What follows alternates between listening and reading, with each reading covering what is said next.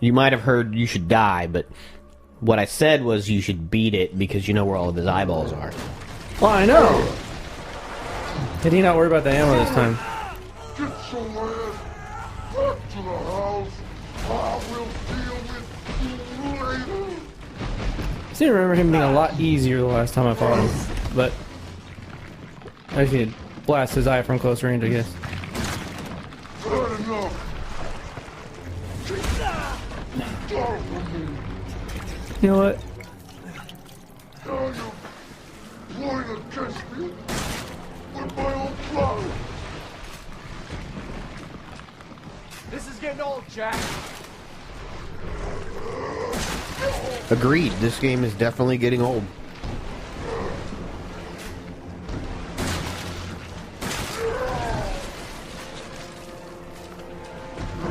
Try me, you piece of shit. Now I'm mad.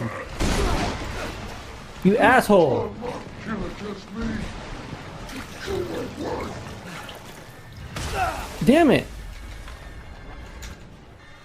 Okay.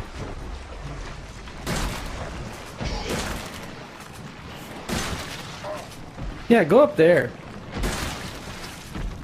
Choke on your blood before I'm done with you. And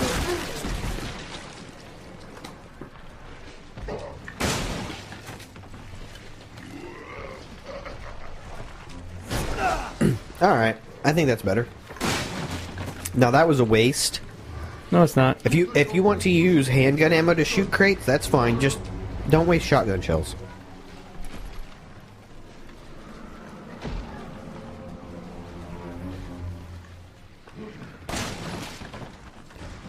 Ain't really a waste. It really was a waste.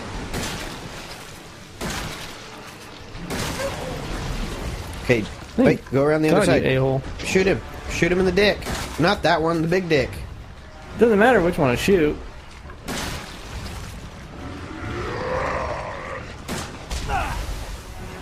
Try not getting your ass kicked.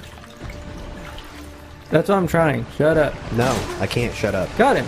When I shut up, you complain that I'm not talking. Damn it. And then he's got one. So there's that one, and then there's one underneath him. That he has to be up top, I think, for you to hit. Shoot the one in the elbow. I'm just gonna run here for a second, because you need to reload. You missed with a cannon! I still don't know. Bitch. I still don't know how you miss with shotguns. I don't. You did. You had 4 rounds in there. You shot once and missed. Shot a second time and blew the eyeball up. Where the hell is that other... I didn't shoot! The other one's underneath him. There it is. You missed with a cannon! Damn it! Got it! You're missing with a shotgun. I don't No, understand that. there's gotta be another one. Where is it? It's on his leg, I think. There's one on the... Right there.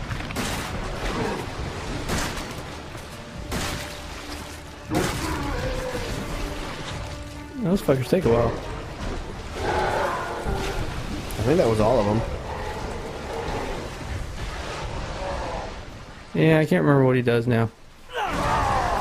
You have to use the... You have to use one of the serums on him. You try to escape. Go out the door. Oh, he's got one more eye. Ah! Shit. Yeah, don't be scared, Nick. Where's the eye? Where's the eye? Right Show there. me. Got him.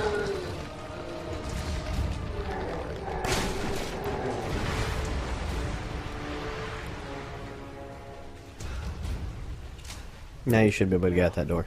I've seen everything. Ethan, this way. Nope, you gotta use one of the serums. Yep. Stab him right in the face. You want me to cure him?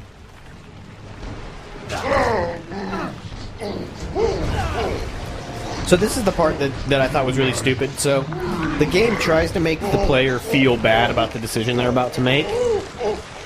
Right? Yeah. But yet Zoe's the one that told you to do it. No.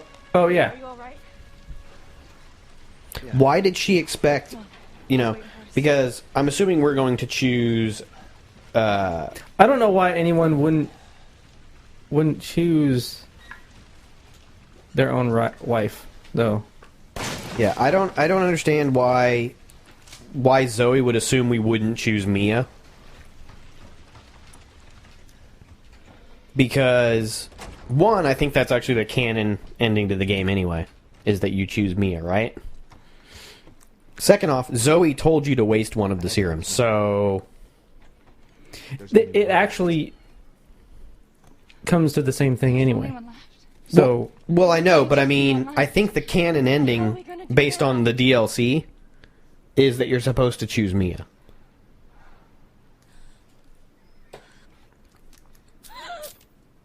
You know what I mean? Fine. It was foolish thinking I could escape. But Zoe... Go! Both of you just go! Although, honestly, at some point, I need to watch a video of somebody who chose Zoe so I can see what Mia's reaction to that is. If I remember right, she says something like... I'll send help. Don't bother. There won't be anyone she's like left mad, to but help. she understands, and then Ethan says that he'll come back for her or something like that. Just like he said to Zoe. But Zoe's upset about it. Yeah. But that's the thing, is that we have a DLC called The End of Zoe, so... I'm assuming the DLC's telling you that you're supposed to pick Mia anyway. Now, granted, that wasn't out at the time that the game came out. But it just makes sense to me that you would pick Mia anyway. And I don't know why the game tries to make you feel bad about it. I would say, if you knew the whole story, Zoe would be the one that would be more innocent. But they both were kind of played, but I think... Ethan? Thank you. Who the hell else was I? I think there's more story to it than what this game leaves it off as, but I think they did that on purpose, and then it could be that... I know you've been. I'm all for more story. What I would want to know is there more interesting story? Because so far the story is shit. Well, here's my thought. Not to say that most Resident Evils don't have shit stories. They do. They absolutely have shit stories. Even the original game has a shit story. The difference is the original is a classic B horror movie story, and all of the originals are those B horror movies. This isn't even a B horror movie. Well, if you think back to Resident Evil 1, the whole thing was a test purposefully done, right? Right. So I think that's exactly what this is. I think there is more to Ethan than we know. And that he was actually sent in here not knowing anything as a test. I mean, how would he go through and survive just being... You know what I mean? He's not nothing special as far as you know. But yet, either he got infected here or he already was. It's hard to say. I guess part of the reason that I have a problem with the story in this game is that, like I said, the original games are B horror movies, right? They're intentionally B horror, and they're not trying to be anything other than that. This game is a B horror movie trying to be a major blockbuster, like we see in horror movies nowadays, and they end up being C movies because they try to overreach what they are. You know what I mean? That's true. I think if the game would have accepted itself as a B horror movie and didn't try to be anything other than a B horror movie, I think the game would be better. But instead, it's trying to make you feel emotion for the characters. It's got that weird teenager WBCW drama to it where if you actually break the characters down, there's not really any reason that you should sympathize or feel bad for or associate, yourself with any of the characters. You shouldn't feel bad for any of them. They're all pieces of shit. The only one that I remotely feel bad for is Ethan, the main character. Well, and that's only because I mean, you could feel bad. You could feel bad for the bakers because they kind of got caught up in it, but they don't do anything. They don't do anything in the game to justify you feeling bad for them. You know, I mean, yeah, they're good people. They were trying to help out in a situation where, like, you know, there was a storm and flooding, and they were trying to help out, and they get caught up in it. But the problem is that that's not the type of game this is, you know? That's not the type of story that they're telling. You can't have this type of game, this type of story, and then also tell that story to an extent or a level that justifies the emotion that they're asking the player to feel, you know? Yeah, and like I said, the more I thought about Ethan's role in it, I'm saying how... But if he's not right, if he's not as innocent as he seems to be, then why do you feel bad for him? Well, I didn't start feeling that way till towards the end, when I really started thinking about everything being pieced together. At the beginning, it was just him there trying to find his wife, so that was like, okay, I feel bad for him. And then realizing that she's kind of lying. I mean, because if I remember right, that's what she kind of states. She understands why if he picked Zoe, he made the choice he did. I could be wrong, but I'm pretty sure that she says something like that. Because she kind of did betray him in a fashion. Mia did? What the hell is going on? Yeah, I mean, We need some weapons. Is there any weapons on this ship? she kind of lied to him what she was actually doing. Right, but if Ethan's not as innocent as you say he is, then Ethan probably, you know, was also lying to her about things. Well, that's true, but I'm not saying that he specifically knows. Well, So he could be innocent but not innocent. Like, I guess my point is that whether anybody's innocent or guilty, or whether you should feel bad for them or don't feel bad for them, the execution of the game doesn't justify or warrant or earn that feeling from the player. You know, it doesn't do anything to earn the sympathy for the characters that it's trying to make you have. So it's in there, but it's not executed well enough to earn it. right. And that's my problem with it, and that's what I'm saying, is it's trying to be more than it is. The original games were just B horror movies. That's all they were trying to be. And that's all they ever were. And that is why they are superior, because you don't expect a lot from them. You're not expecting an emotional journey. This game is trying to make you have an emotional journey and then doesn't execute on that or earn it. Gross. So I think that's where this game falls down. And then in this specific section, it falls because this isn't even scary.